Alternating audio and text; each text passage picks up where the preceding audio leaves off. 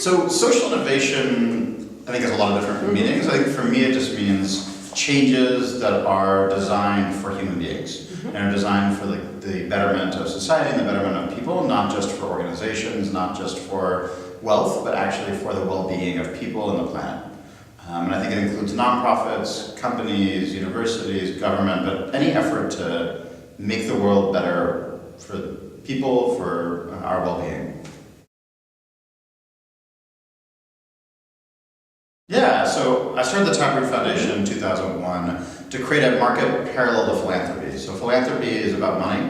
We wanted to create a whole market around talent, people, marketing and technology and HR, etc. And to provide that as a form of a resource to NGOs around the world who need those resources. Because money's not enough, you also need the right talent.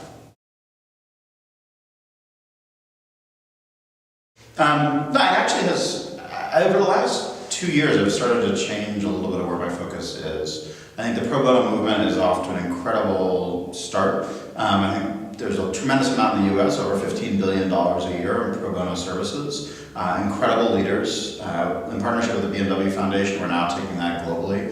I feel like there are incredible entrepreneurs all around the world now moving that forward. So I've really switched a lot of my energy to sort of the next challenge. The first challenge is how does every nonprofit have pro bono? The challenge now is how can we make all work feel like pro bono work? How can we make it so that the incredibly rich, rewarding experience of pro bono work is something we experience every day in our jobs, not just when we do pro bono work? Redesigning work to better fit people. No, I mean, I think the thing I love most about what I've done and what we do is the people that you meet. So I don't think it's so much as like feedback, it's not so much like accomplishment, it's more just the relationships you develop doing work that you love, and working with people who share passion, share purpose, and you carry those with you. So that's the piece that I'm most proud of, are the people that I now call friends, colleagues, etc. Accomplishments come and go, but hopefully friendships last.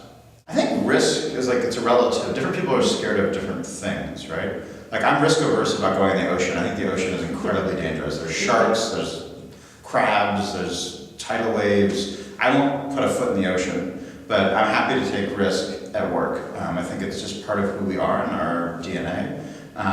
I would say as I get older, there's sort of two pieces to it. One is as I have children and a family, there's a little bit less willingness to have risk because I need to make sure there's at least a baseline of support for them.